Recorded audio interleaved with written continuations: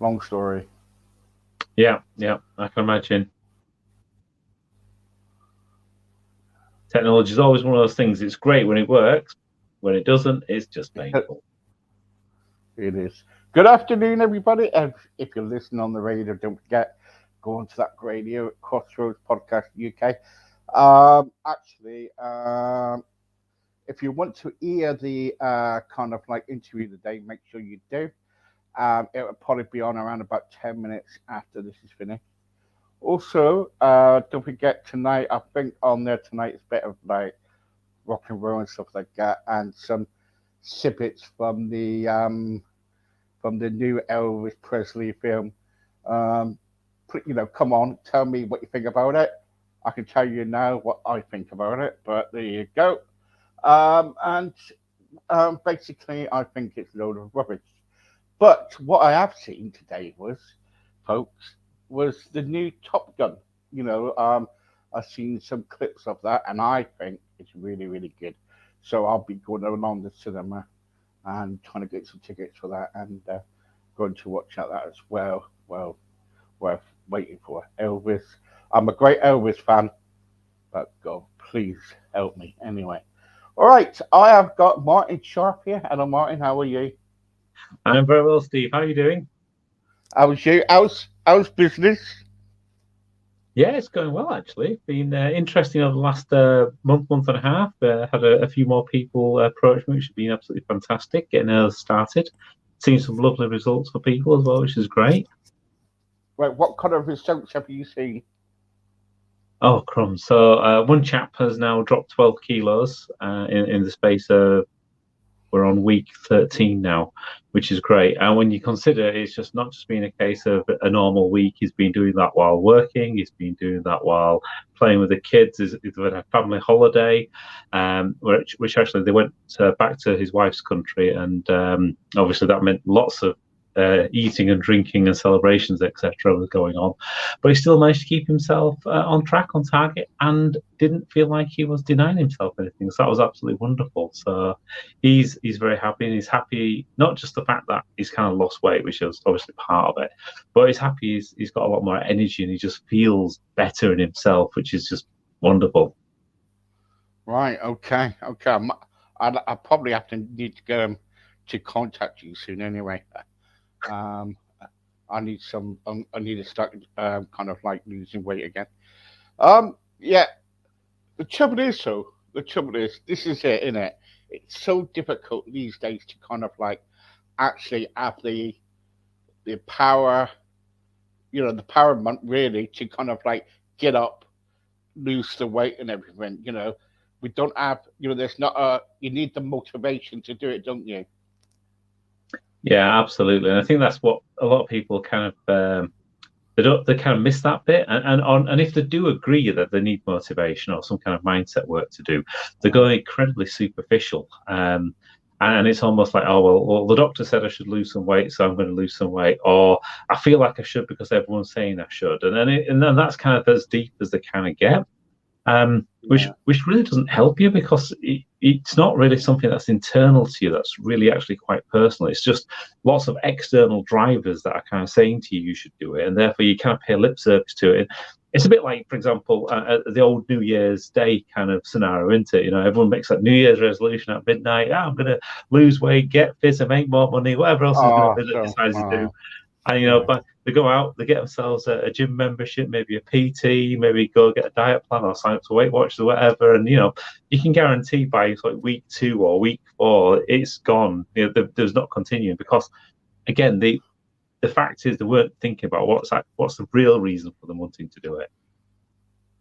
Yeah, everybody. I did not say that one. That was Mark's come. That came out of Mark's own voice. Because I said that because I usually do it now and again. Do a newspaper, put some stuff in a little newspaper, um, and and every time I say something, I always get a lot of feedback from people. So, and I said that, and that's it. You got all these slimming clubs, right? That will make a mint soon after Christmas, won't they? Yep. They will, won't they? Look at Slimming World. Come on. It's £6, to join and everything. And next minute, they're all eating kind of like. I went to one group once. I walked in, got weighed, and stayed there, and they started eating chocolate bars. And I'm thinking, oh my god, I just don't understand it. I said, you're supposed to be losing weight. Then the tea and biscuits come out, don't they? That's the other thing. Yeah. Yeah, then the tea and biscuits and the coffee and everything comes out. And then they're saying, buy my bars, buy the bars, the slimming bars and all that. It's not a problem. You won't lose weight. You won't gain any weight. It's okay, And I'm thinking, oh, please, because there is a lot of gimmicks out there. Who can we trust? Who can we trust? Oh, that's it. And then when you kind of look at the back of the bars and stuff, they kind of indemnify themselves in the fact that it says that's part of a calorie-controlled diet, and therefore they do say that actually, if you're not doing all the rest of the bits that you should be doing, just eating the bars won't work. And I remember going through something very similar a few years ago with fat-burning coffee. That was my thing. It's like, gotta have fat-burning coffee, but no, it's not such thing as fat-burning coffee. No, you can buy fat-burning coffee. You can buy it. It does exist. Yeah, it does exist, but it probably don't work. No, work. No, of course it doesn't. The trouble is, so because I don't know if you know about me, but I'm well known of saying it straight, right? When I've been in the newspapers, me and wife, and we gave them, it's a long story, right? So anyway, so I remember when I went to boot camp once, right? And I went there with a walking stick, and I was going to boot camp. And after coming off a TV show, they put me in a car, took me to boot camp. I thought, where bloody hell am I going? And they sent me all the way to Hastings. Right? Because the media was after us, and we were. It was. You probably know the story, do you? And I didn't know you'd been hounded. So I knew about the boot camp. You'd said that before. Yeah. Anyway, yeah, we were hounded because we were on. I'll tell you after. So anyway, so we were hounded about all the newspapers. They were like my house, where where I used to live in Plymouth, where news people was outside. They were hounded, right? They did a documentary on us on TV, right? Yeah. Right. So anyway, so in 2015, and I thought to myself, oh my God, So when we went on this morning, we come up this morning, we went back home. Next minute, we thought, right, tomorrow, was it? Yeah, tomorrow, the car came down, picked us all the way up to took us all the way up to Hastings. And the first thing I said, oh my God, what have I got up to?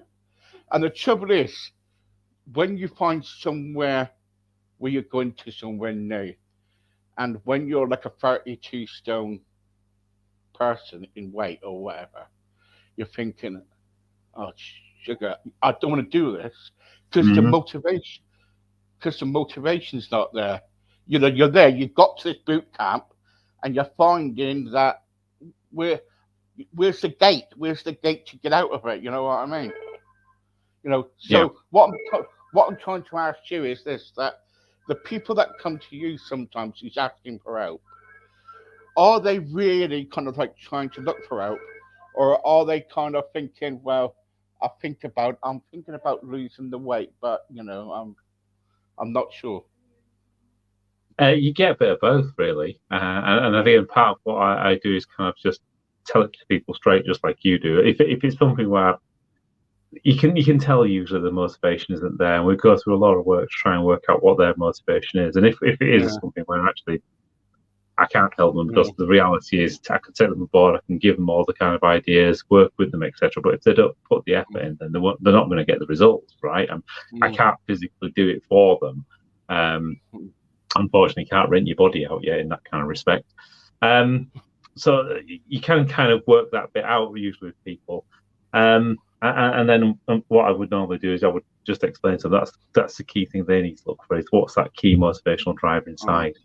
For a lot of people, you can actually work out what it is. So they do come with that very loose thing, I just need to lose weight, or I just need to become a bit fitter. And then you can have those conversations with them and say, okay, well, what's the kind of reasons for it? And there's a bit of it's a consulting approach, consulting technique that I've used for years when I've been doing business transformations, and that's called the 5 whys. And effectively, you ask why 5 times about anything, eventually you actually get to the truth.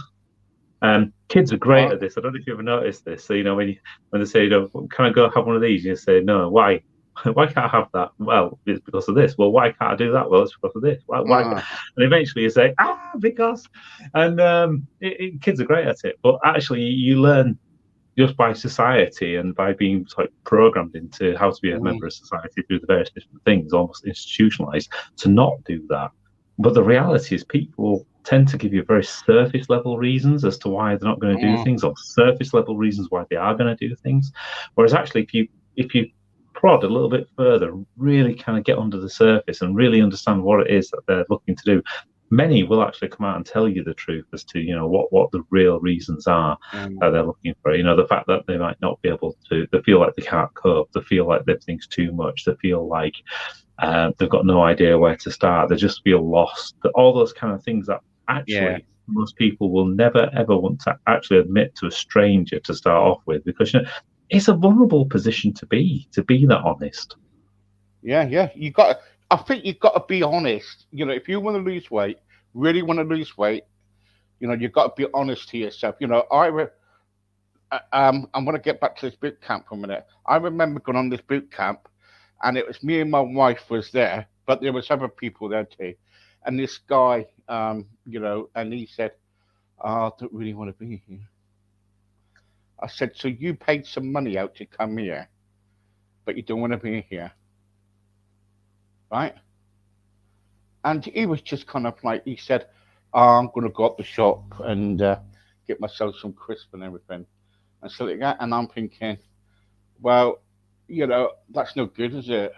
So then I went to one of the people and I said, like, he's just peed me off because she's gone up and get some crisp. So I might as well just go and get takeaway. You know what I mean? But I didn't. But the trouble is, the trouble is, we can kind of like, when people come to, especially people come to you and they say, yeah, Mark, Martin, I want to lose weight. Yeah, I want to do this. I want to do that. But do they really want to do it? And after Christmas, when people want to say, oh, I want to lose weight, I would love to work for Slimming World in January, won't you? Get all that money, go on holiday for the rest of the year, then come back again in January and go on another one. I would love it. But the trouble is, though, you're kidding yourself, aren't you? If you're paying that money out, you're not just kind of like, you're just letting other people down. Yeah, that's right. And it all comes back to exactly is what do you value? What's the kind of really most important thing for yourself? Because you can usually put a bet. People, for a fact, people will do what they value. So that's how you measure things, and you say whether I'm going to do that or not going to do that. So, for example, if you want to go on holiday, regardless of how pushed you are for time, how busy you are at work, how busy you are at home, how much little money you've got left over because the gas bill's just gone up again, you will find a way of making it happen, and you will go on holiday. And it might mean that you work a little bit harder to get there. It might mean that when you come back, you got a little bit more chaos to deal with, but you just do it and you find a way to, because all of a sudden that becomes the highest value that you have, is to go away on holiday.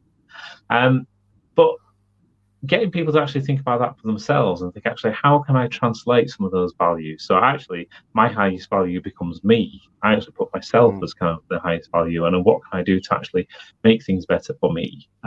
It's an interesting one, because a lot of people struggle with actually putting themselves into that position. Yeah.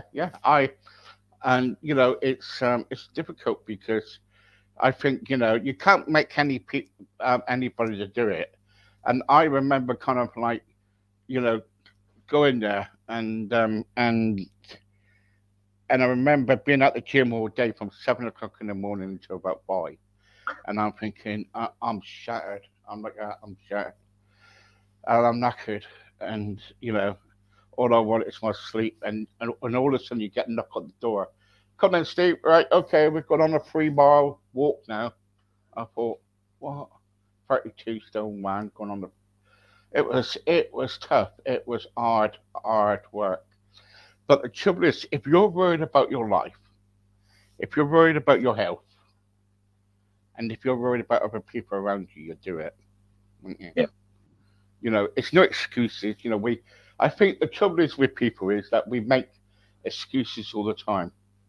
You know, even though that we live in obesity world now, because obesity rates have Yeah. gone up and everything, and for some people who's in this market, it's good for them because they can get all the work and everything.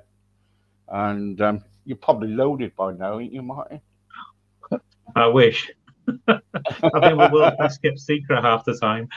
Yeah, but But yeah, but you're spot on. I mean, when you look at, for yeah, example, the WHO, they publish their results all the time about what's going on. And back in 2010, you remember that year when we had like Jamie yeah. Oliver doing all things about meals in schools. We had all the celebrities kind of backing, I better was education. I was Yeah. contacted by Jamie Oliver. I had an agent, right? And between me and you, he's a joke. Hmm. Have you noticed? Now, right? He's done all that. Where's he now? What's he now doing? You know what I mean? He's not there no more. You know what I mean? Hmm. He's not kind of like concentrate on it. I think he just kind of. It's just a kind of like, oh well, I'm a celeb, so what I do that. The next minute, I do that. And we were planning to do something with him, and I just can't work with somebody who's fake. It's unbelievable. Hmm. I don't like fake people. But that's the thing, though. I mean, you had all that kind of attention back in 2010 when there was like 1 billion people on the planet that were classified as overweight or obese. Mm, 2019, when they re-released all the figures again, that number have gone up from 1.9 billion. That's nearly a quarter of the planet is overweight or obese. mm, I don't even know what the figures are now because they haven't published them for over the pandemic period. But given the fact that all the indicators are saying that most people have actually increased weight, what do they call it? The pandemic plumage or something? It's got to be yeah. over a quarter of the planet now. And whatever we're doing, we're not doing it right. So whether we're not getting the information out to people correctly, we're not educating them right, or not giving them the skills or the tools or the time, or there's something that we're missing as a society that's saying, actually, we haven't got this mix correct. Mm-hmm. In the past, I remember back, a few years ago, I used to kind of like, I was trying to ban takeaways, right? I used to eat a lot of kebabs and everything, right? That was the story about when I was eating.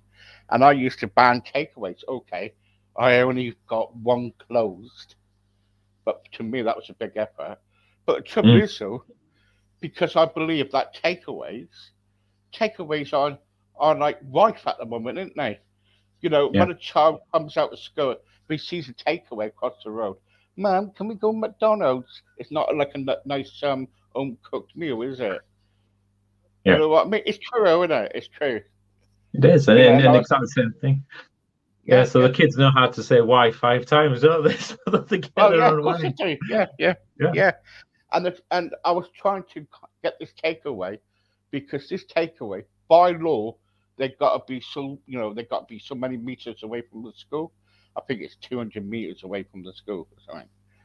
And I said, no way that is 200 meters. And I went and I got in contact with the local council and I said, this has got to stop. And they stopped it, right?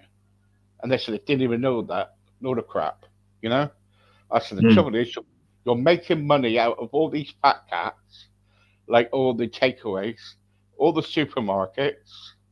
They are. That's what they do, isn't it? No, yeah. The supermarket are selling. The government are kind of saying about the obese rate has gone up. Well, don't sell the crap in the supermarkets. It's true, isn't it?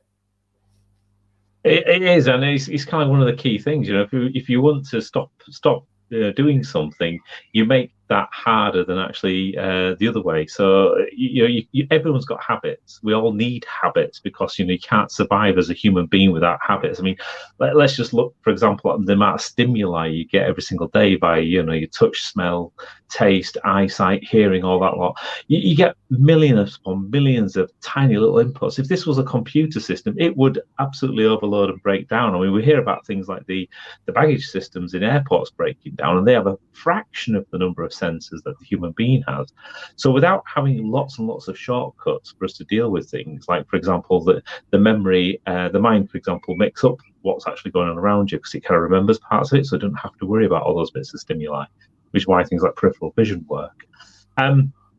And same, for example, as yourself, that's the reason why you build good habits and bad habits, like getting up on a morning, brushing your teeth, for example, as soon as you start the day. It's a good habit to have, you're going to keep your teeth and things. But you can't ever get rid of a habit by trying to just get rid of a habit. Your mind just can't negate things. It's a bit like, for example, if I said to you, do not think of a blue tree, you've got to think of a blue tree to not think of a blue tree. It makes no sense. And it's the same with habits, for example. You have to replace a habit with something else or make that habit harder to do. So if you've got, I don't know, say for instance, you've got a Haribo habit, or you've got a chocolate biscuit habit, or you've got a beer habit or something, then if you leave the beer and the chocolate biscuits and the Haribo in the shop, then actually the point where you're feeling weak and you might actually give in to that habit because you're feeling a bit down, a bit low, you've had a bad day, whatever excuse you want to put on it, the fact of having to now get out of the house, go to wherever the shop is, to buy the thing you've got, then come back, then consume it, is actually harder than just reaching into the cupboard and grabbing it. So by making the bad habits harder to do and the good habits easier to do, straight away you give yourself an advantage. Right. I tell you what, I was looking at something the other day. This is so funny. Sainsbury's supermarket, what they do is this: from around about 9:30 in the morning until around about 8 o'clock at night. Do you know what they do? Go on then. Baking, right? Baking, now, yeah, baking, right? So it's entice the customer to buy baking goods and to get them in the aisles of the smell. So the smell will kind of like will send them that way, and everything else get. And they said, and that is one of the things what they actually do to entice you over into the cake aisle or the bakery aisle for you to kind of do that. What a scam, isn't it? Really, what a. What do you reckon? Do you think? Yeah, what do you reckon? If you're going to sell something, you're going to sell something. You're going to find ways of making somebody buy it. So I think that that's in the nature. You won't be able to turn a lion into an elephant. It just doesn't work. So same for example, if you get something you're going to sell, they're going to sell it. I think there's so many different practices, and that's how sometimes being forewarned is forearmed. So understand what some of these techniques are and why they're doing it, so that actually when you enter the shop, you're no longer triggered by the smell to say, oh, that smells like lovely bread, I'll go get a loaf. But actually train yourself to actually remember the smell and think, oh, that's them trying to sell bread to me. And then straight away you've got that connotation, which is quite nasty. Someone's trying to do something to you. So you can take control back over that, and it's a bit like Professor Stephen Peters, isn't it, who wrote Chimp Paradox? All right, yeah. So he touches on this in a slight way, in the fact that he talks about the reactions that you have because of your monkey mind, your reptilian brain, versus actually what happens when you engage your kind of higher thinking self, your hypothalamus and everything. The monkey mind is instantaneous. So that smell, for example, it's instantaneous, it's primeval, it's kind of like that's what they're trying to drive, so that you just go straight to it. But if you actually engage yourself by asking a question, straight away you can engage the higher thinking self. It's like bits in the hypothalamus and stuff that actually says, oh no, I don't need it.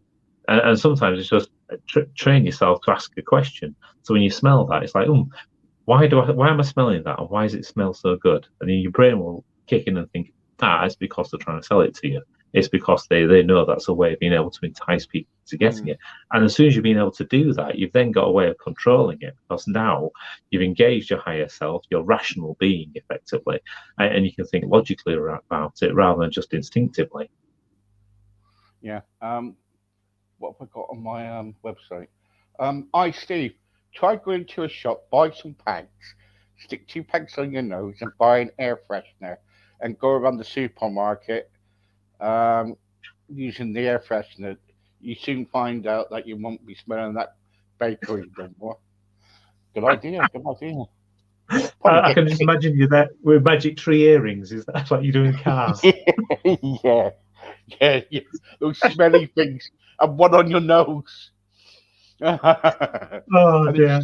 You spray the air freshener, and you've got this like one of these store detectives trying to follow you. You know, go away, go away. Get some fly spray. No, but what the no. sniffer dog would think. Yeah. But the trouble is, so you know, it's so difficult. So with your clients, you know, what kind of if you've got clients coming through now, say, if you've got new clients, what do you plan? What do you talk about?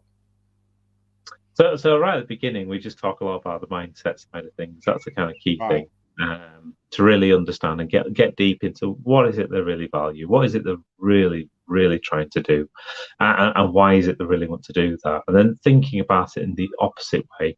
Because when people are going to do stuff, they think about all the good things that's going to happen. So, for example, you know, let's take the hypothetical New Year's Day. You've gone and signed up to the gym. You're all thinking, you rear up. You think, yeah, I'm going to go to the gym every single week. But then you don't kind of think about, you know, what about your schedule? How are you going to prepare for it? What about, you know, what exercise you're going to do? How are you going to make sure you're looking at the videos for those, or working with PT? Make sure you've got time to actually listen to them. And how are you going to be tracking it all to monitor it? So actually then thinking about the other way around and thinking, actually, what are all those things that are going to prevent you from doing it? Because like many things, being forewarned is being forearmed. And if you can think about all the things that are going to stop you or challenge you or cause you an issue, then straight away you can put a little plan in place so that as soon as these things start to occur, rather than panicking at that moment in time, you can say, actually, I knew this was going to happen and I'm going to do X instead, because you've already logically thought about it at a time that wasn't stressful. Yeah. The trouble is, and that's what it is, isn't it? It's all about kind of like you want people to come to you, probably thinking, well, you want you want people to come to you who's dedicated, who's motivated, and say, yeah, okay, Martin, you know, help me to go get through this, you know, because sometimes when we do ask for help, you know, we look back and we think, do we really need the help, or is it a little phrase that we're going through? You know what I mean? Yeah, I know what you mean, and yeah, and you know, whatever it is, whether it's a phase or whether it is actually a real cry for help, I think sometimes it's that first initial reach out and having that conversation and just seeing where you can go with it, because you never know, that little phase that you have right now, thinking, I'm going to give it a try, might actually be one of those things that kind of kickstarts some of the best things of your life. I mean, look at how many businesses, for example, started in a similar way, where someone just had a rough idea of what they were going to do, and then, you know, 10, 15 years down the line, they sat on top of a multi-million corporation because they kind of they pushed it forwards. I mean, things like Uber and Airbnb and stuff started off like that. It just started off as an idea, you know, and I don't think the original idea of things like Airbnb was ever designed to make money, but they did. They found a model that works, and now look at it, you know, it's almost ubiquitous with travel. People just love to use it. Yeah. It's all good, isn't it? It's really all good. Martin, thank you very much as always. You're welcome, Steve. And, you know, it's kind of like, you know, we live in a hard world at the moment. You know, everything's going on with the COVID. You know, obesity rates are going up, as I said earlier. What do you advise to people who's thinking about, yeah, okay, I need to kind of like sort my life out, get back on track, and lose the weight? So what I'd advise people first is first of all, be kind to you more than anything else, because you know most people are quite horrible to themselves and would never speak to other people, their friends or family or anybody else in the same way as they speak to themselves in their own head. So start off by being kind to you, because that's going to have the most positive effects you can ever imagine.